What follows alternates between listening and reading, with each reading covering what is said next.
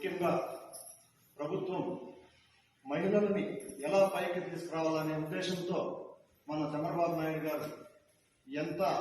కృషి చేసి ఇప్పుడే కాదు ముందు కూడా ఆయన ఎప్పుడు వచ్చినా కూడా అహర్నిశలు మహిళల కోసమే పైకి తీసుకోవాలనే ఉద్దేశంతో ఎన్ని పథకాలు ఉన్నాయో అన్ని పెట్టి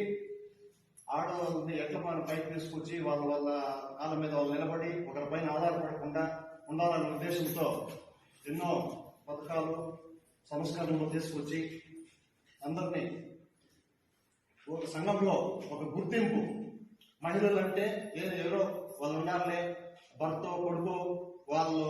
చెప్పినట్లు ఇడుకొని ఇంట్లో ఉంటారులే అనే తత్వం ముందుండింది. ఇప్పుడు అట్లా కాకుండా వాళ్ళే స్వశక్తితో సంసారాన్ని చేసుకుంటూ గవర్నమెంట్ అందించే పథకాలు